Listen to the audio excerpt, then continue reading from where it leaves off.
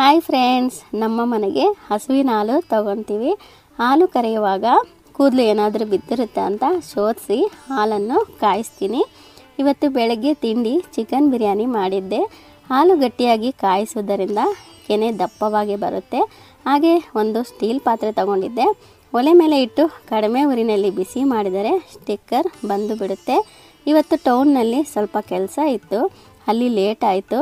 ಅದಕ್ಕೆ ಇಲ್ಲಿ ಔಷಧಿಯನ್ನು ಸಿಂಪಡಣೆ ಮಾಡ್ತಾ ಇದ್ದೀವಿ. ನಾನು ಟ್ರ್ಯಾಕ್ಟರ್ ಚಲಿಸ್ಕೊಂಡು ಹೋಗ್ತಾ ಇರ್ತೀನಿ. ಅವರು ಹಿಂದೆ ಔಷಧಿ ಸಿಂಪಡಣೆ ಮಾಡಿಕೊಂಡು ಬರ್ತಾ ಇರ್ತಾರೆ.